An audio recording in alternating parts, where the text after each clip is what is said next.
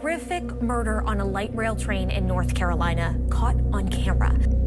This is obviously a horrible, horrible situation.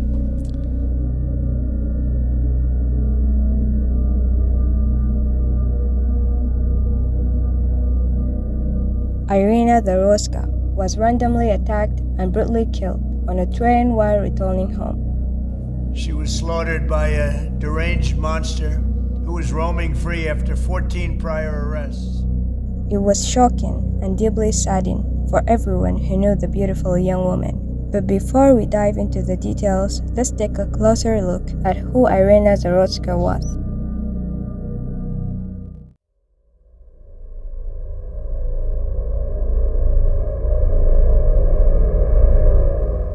Iryna Zarutska was a 23-year-old, an Ukrainian refugee who moved to the United States with her family in 2022. They settled in Charlotte, North Carolina, after surviving the devastating bombing in their hometown of Kyiv, searching for safety and stability. Iryna's dream was simple yet profound: to find security, continue her education, and build a better future in the United States. She had graduated from an arts college in her hometown in Kyiv, and upon moving to America, she was determined to pursue her goals. She worked multiple jobs, including at a pizza restaurant, and also cared for pets. She was dedicated, hardworking, and ambitious, with dreams of one day becoming a veterinary assistant. She put her heart and soul into everything she did.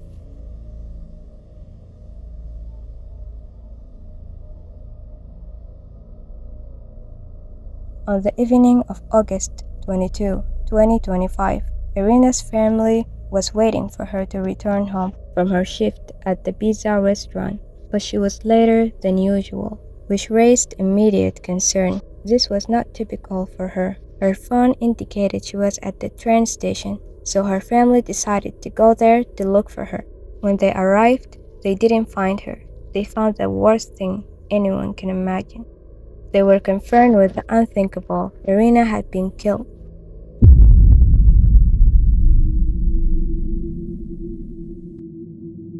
Iryna Zarutska was brutally murdered while on her way home from work. Iryna had boarded the Blue Line train on West Boulevard around 10 p.m. and surveillance cameras showed her there. She was sitting in her seat, scrolling through her phone and messaging her boyfriend to let him know she was on her way home. Suddenly, a man appeared and sat behind her. After about 4 minutes, without warning, he pulled a knife from his pocket and attacked her. He stabbed her 3 times in the neck. Tragically, Iryna died at the scene before reaching the hospital. The attack was shocking and devastating for her family and friends. Iryna was a young woman with big dreams, all of which were violently taken from her.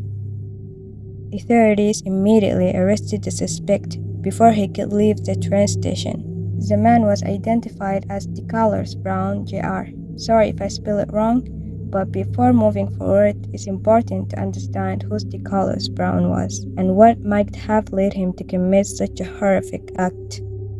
DeColors Brown, 23-year-old, was homeless and had a long criminal record dating back to 2011. He had been imprisoned more than 14 times for major theft, armed robbery, vandalism, and assault. In 2015, he was sentenced to 5 years in prison for an armed robbery and was released in 2020, initially living with his mother. However, his mother later evicted him due to his escalating psychological issue and aggressive behavior, which made her fear for her safety. His mother said that since he released from prison, he has serious mental health problems, including a diagnosis of schizophrenia and hallucinations. Brown's criminal history was not unique to him alone. His father, Douglas, had been imprisoned multiple times for burglary, theft, and weapon possession on campus, and his brother, Sticky Brown, is serving a 27-year sentence for killing a 66-year-old man during an armed robbery in 2014.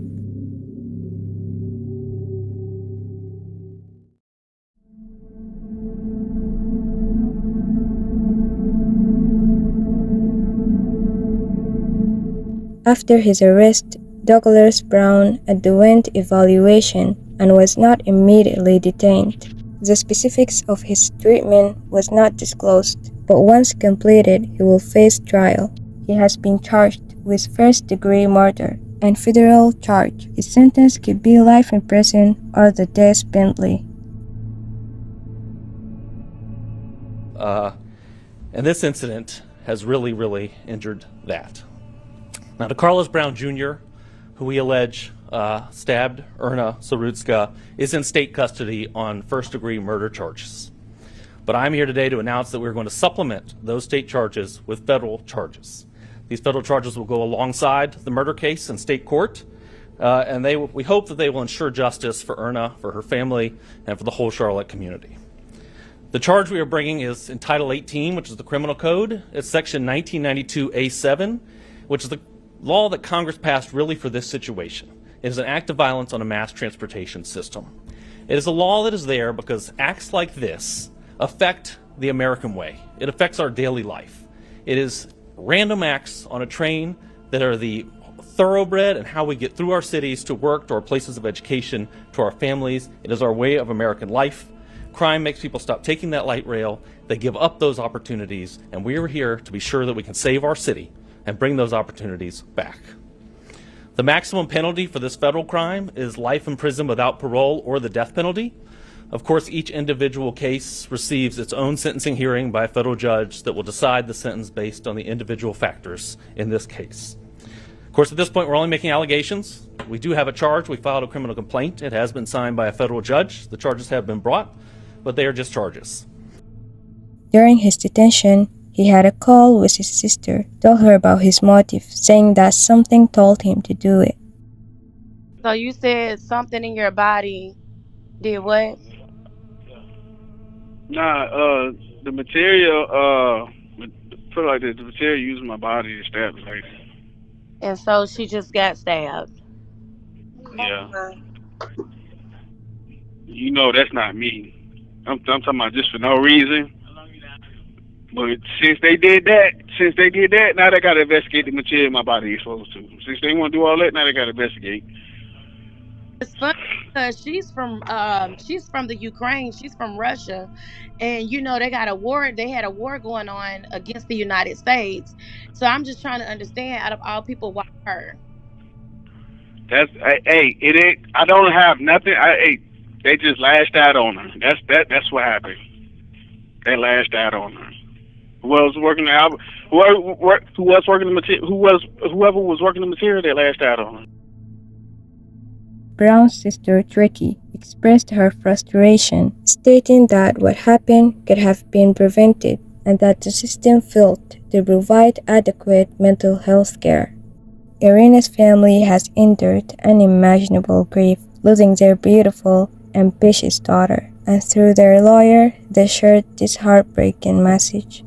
We're heartbroken beyond words. Iryna came here to find peace and safety, and instead, her life was stolen from her in the most horrific way. No family should have to go through this. The situation has been devastating for her family, and we hope they can find the strength to continue. Iryna's father was unable to attend her funeral due to his duty to protect his country, which only added to the heartbreak.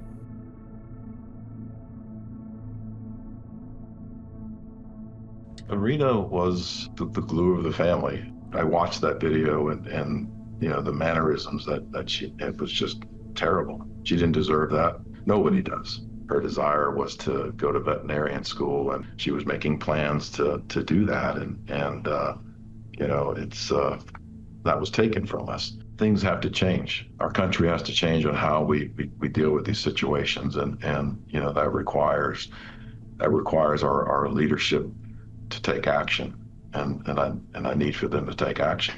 How would you want her to be remembered? She had a strong desire to have a better life, and I think that's, you know, really that's what the American dream is. She wanted better things for not just herself, but for her family, and she was working towards that. It's safe to say the loss has been profoundly painful for everyone. This is the story of the murder of Iryna Zarutska. I want to hear your thoughts in the comment, and if you're still watching, thank you for staying with us. And don't forget to subscribe for more true crime stories. Stay safe and see you later.